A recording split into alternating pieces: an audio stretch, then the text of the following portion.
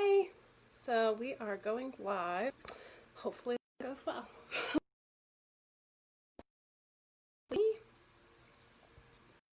Just gonna wait a little bit here while we get some people coming in.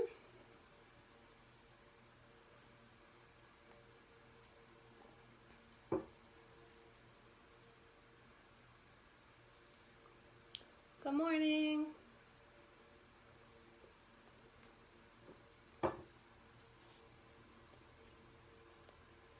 Morning, everyone. Okay, so we're gonna go ahead and get started. Hi, welcome. My name is Ariel Mays Lewis. I am a youth and family outpatient therapist here at North Range. Welcome to Coffee with a Counselor. So I'm actually not a coffee drinker. Anyone that knows me would know that, so I feel like I can't pretend I'm drinking coffee when I'm not. So this is actually hot chocolate, but the sentiment is still the same. Nice warm beverage. So thanks for taking a break with me, and hopefully this will feel useful for at least a few of you today. So let's get started. So today we are going to chat about how to cope with a pandemic, specifically for those people with pre-existing or chronic medical conditions, both with themselves or within their family. So in normal day-to-day life, living with a medical condition can impact our mental health, making us worried, sad, less motivated. And I just want to recognize that those feelings might be particularly true during this pandemic. And when thinking about this topic, I found myself struggling to kind of come up with the exact words that I felt would summarize the specific feelings being experienced right now, as I'm sure it's kind of a combination of a lot of different feelings. So for some, you might be having some fear right now that, a lot of the world is experiencing. And for some, this might just be what your normal life feels like, being immune compromised. So it might actually be like, now everyone understands kind of what I go through on a day-to-day basis, or, something like that. And then for some of you, this might just be a time where you're facing a lot of really hard decisions. Do I go out? Do I not go out? Any sort of other health-related decisions we might need to be making right now might be difficult without the support that we're used to. So I just want to kind of acknowledge all of that. Drink your coffee, it's a coffee break. First of all, I want to also say that I have no magic answers, so hopefully you weren't expecting me to. Second, I also want you to know that you're not alone. Today, I'm going to kind of walk us through some ideas around support, as well as a couple activities that maybe you could do that might help you find some pleasure right now, might help you recognize energy that you have in your life, what you're putting your energy towards right now.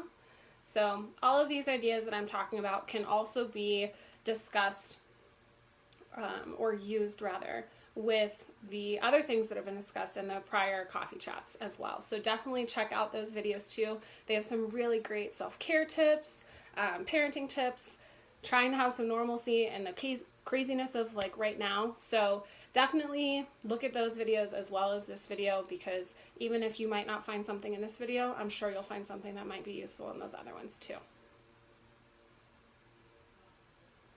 I see a couple more people coming in. Welcome. So if you're just joining, thanks. We're doing coffee break and we're talking about coping with a pandemic when you have medical illnesses. So first I want to start talking about support. I want you to think about what support you've been using and maybe what support you've been needing. When I say support, there's lots of different types of support. So it could be medical support. It could be making sure you're reaching out to your medical providers, asking questions that you're having that are coming up because of the pandemic, or even just stress related or whatever that might be. And also making sure you're following the best practices for managing your illness And use online support. I mean, you're on Facebook right now, so look through Facebook. I'm sure that there's so many support groups out there, so that could also be a really good resource. And if you think you need extra help with the feelings that are coming up or just kind of what you're dealing with right now, ask your care providers. Seek resources through them. North Range is always a resource as well, so you're welcome to reach out to us as a resource too. So support can also include not only medical support or professional support, but it can also include just staying connected with friends and family. Like, are you reaching out with them? Even if it's through phone calls or texts, emails, video chats, whatever it might be. Use the technology that we have to your advantage during this time. Be honest with your supports too. So if you're reaching out to them, let them know how you're actually doing. Ask them how they're doing. Reach out for help. Maybe if we're immune compromised, is there someone in our social circle that can bring us groceries? Maybe that can take away some of that anxiety we might have about going to the store right now, being exposed. And so many people are also just feeling isolated, so I guarantee you that if you reach out, likely you're going to find someone who's also feeling something similar to what you're feeling. And we can all just kind of lean on each other during this really challenging time right now. I also want to add a quick note. A lot of the times I like to say that information can be powerful and it can also be supportive. However, I also think that using information as a means of support right now should be kind of sparingly used. Set aside a time, consume the information that you feel like you need to get about coronavirus, but then also set some limits to that and make sure you're taking time to disconnect from that information, building in time that you feel happy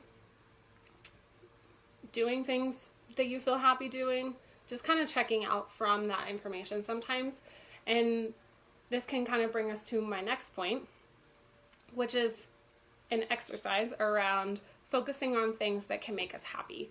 So I want you to think about focusing once a day, even if it's just 30 seconds. I like to say like a minute or two, but if you just have 30 seconds, that's fine.